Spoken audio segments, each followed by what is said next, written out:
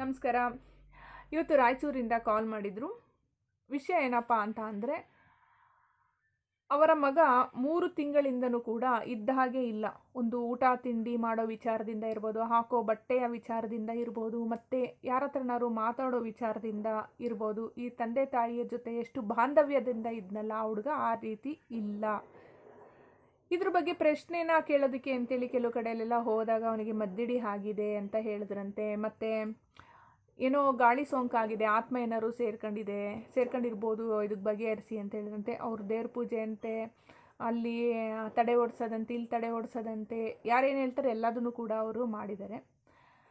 ಕೊನೆಯಲ್ಲಿ ವಿಚಿತ್ರವಾಗಿ ಆಡೋದಕ್ಕೆ ಶುರು ಮಾಡಿದ್ದಾನೆ ಆ ಹುಡುಗ.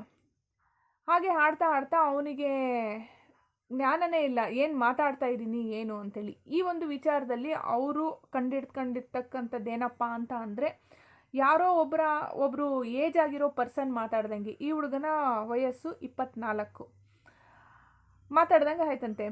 ಆಮೇಲೆ ಇವರು ಎಲ್ಲ ಡೀಟೇಲ್ ಆಗಿ ನೋಡಿದಾದ್ಮೇಲೆ ನನಗೆ ಪ್ರಶ್ನೆ ಕೇಳಿದ್ದಾರೆ ಅವರು ಫೋನ್ ಮಾಡಿ, ಮೇಡಮ್ ಈ ಥರ ಇದೆ ಹೀಗೀಗೆ ಅಂತೇಳಿ. ಆಮೇಲೆ ಚೆಕ್ ಮಾಡಿ ನೋಡಿದಾಗ ಅವರಿಗೆ ಕೈಮದ್ದಿನ ಜೊತೆಯಲ್ಲಿ ಇದೊಂದು ಇಂಟೆನ್ಷನ್ ಇಟ್ಟು ಹಾಕ್ತಾರೆ ಅಂತ ಹೇಳ್ತಾರಲ್ಲ, ಇದೇ ಥರನೇ ಮಾಡೋದು. ಕೆಲವೊಂದು ಅತೃಪ್ತ ಆತ್ಮಗಳನ್ನು ಮಂತ್ರಮುಖಿಯಿಂದ ಅದನ್ನ ಸುಟ್ಟಿ ಅದೇ ಬೂದಿನ ಈ ಕೈಮದ್ದಿಗೆ ಸೇರಿಸ್ಬಿಟ್ಟು ಹಾಕ್ತಾರೆ. ಸೊ ಹಾಗಾಗಿ ಅದು ಏನಾಗುತ್ತೆ ಅಂತ ಅಂದರೆ, ಅದು ಅತೃಪ್ತ ಆತ್ಮ ಎಲ್ಲೆಲ್ಲಿ ಬೇಕೋ ಅಲ್ಲಿ ಅಲಿತಾ ಇರುತ್ತೆ. ಯಾವುದೋ ಒಂದು ಮುಕ್ತಿ ಏನು ಸಿಕ್ಕಿರೋದಿಲ್ಲ. ಹಾಗಾಗಿ ಅದೊಂದು ಜಾಗ ಹುಡುಕ್ತಾ ಇರುತ್ತೆ. ಕೆಲವು ಟೈಮಲ್ಲಿ ಮರಗಳಲ್ಲೆಲ್ಲ ಸೇರ್ಕೊಳ್ಳೋ ಚಾನ್ಸಸ್ ಇರುತ್ತೆ, ಪ್ರಾಣಿ ಪಕ್ಷಿಗಳಲ್ಲೆಲ್ಲ ಸೇರ್ಕೊಳ್ಳೋ ಚಾನ್ಸಸ್ ಇರುತ್ತೆ, ಮಾನವನ ದೇಹದಲ್ಲೂ ಕೂಡ ಅದು ಮನೆ ಮಾಡ್ಕೊಳ್ಳೋ ಅಂಥ ಚಾನ್ಸಸ್ ಇರುತ್ತೆ. ಆಗ ಇಂತಹ ಚಾನ್ಸಸ್ಸು ಸುಲಭ ರೀತಿಯಲ್ಲಿ ಅಂತಂದರೆ ಕೈಮದ್ದು ಹಾಕಿದಾಗ ಎಲ್ಲಿ ಬ್ಲಾಕೇಜಸ್ ಆಗುತ್ತೋ ಬ್ಲಾಕೇಜಸ್ ಆಗ್ತಿದ್ದಂಗೆ ಆಟೋಮೆಟಿಕ್ಕಾಗಿ ಸೇರಿಕೊಳ್ಳುತ್ತೆ. ಅಥವಾ ಅದ್ರ ಜೊತೆಯಲ್ಲಿ ಈ ಥರ ಒಂದು ಇಂಟೆನ್ಷನ್ ಇಟ್ಟು ರೆಡಿ ಮಾಡಿ ಬ್ಲ್ಯಾಕ್ ಮ್ಯಾಜಿಕ್ ಮಾಡಿ ಹಾಕಿ ಕೊಟ್ಟಿರ್ತಾರಲ್ಲ, ಆಗ ಈ ಥರ ಒಂದು ಪರಿಸ್ಥಿತಿ ಬರುತ್ತೆ. ಅಂದರೆ ಈಗ 24 ವರ್ಷ ಆ ಹುಡುಗಂಗೆ, ವಯಸ್ಸಾಗಿರೋ ಪರ್ಸನ್ ಹೇಗಿರ್ತಾರೋ ಅದೇ ಥರನೇ ಮಾತಾಡೋದು.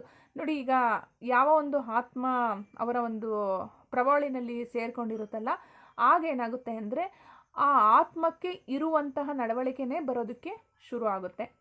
ಅವರ ಊಟ ತಿಂಡಿ ವಿಚಾರ ಆಗಿರ್ಬೋದು, ಅಥವಾ ಒಂದು ಹೇರ್ ಸ್ಟೈಲ್ ವಿಚಾರ ಆಗಿರ್ಬೋದು, ಅಥವಾ ಬಟ್ಟೆ ಹಾಕೊಳ್ಳೋ ವಿಚಾರ ಆಗಿರ್ಬೋದು, ಏನಾದರೂ ಯಾರಿಗಾದರೂ ಮಾತಾಡಿಸ್ಬೇಕಾದ್ರೆ ಅವ್ರು ಪ್ರೀತಿಯಿಂದ ಮಾತಾಡ್ತಾರೆ, ದ್ವೇಷದಿಂದ ಮಾತಾಡ್ತಾರೆ, ಎಲ್ಲ ಟೋಟಲಿ ಎಲ್ಲ ಚೇಂಜ್ ಆಗ್ತಾ ಹೋಗುತ್ತೆ. ಆ ಚೇಂಜಸ್ಸನ್ನು ಕೂಡ ನಾವು ನೋಡಬಹುದು. ಇದು ಕೈಮದ್ದಿನ ಜೊತೆಯಲ್ಲಿ ಮಾಡೋವಂಥ ಚಾನ್ಸಸ್ ಇರುತ್ತೆ. ಮತ್ತು ಇದ್ರ ಜೊತೆಯಲ್ಲಿ ಯಾರಿಗಾದ್ರೂ ಅಕಸ್ಮಾತ್ ಗಾಳಿ ಸೋಂಕು ಅಂತೇಳಿ ಆಗುತ್ತಲ್ಲ, ಅದು ನಿಜನೇ. ಆ ಥರ ಆದಾಗ್ಲೂ ಕೂಡ ಈ ಥರ ಒಂದು ಸಮಸ್ಯೆ ಆಗೋವಂತಹ ಚಾನ್ಸಸ್ಸು ತುಂಬಾ ಇರುತ್ತೆ.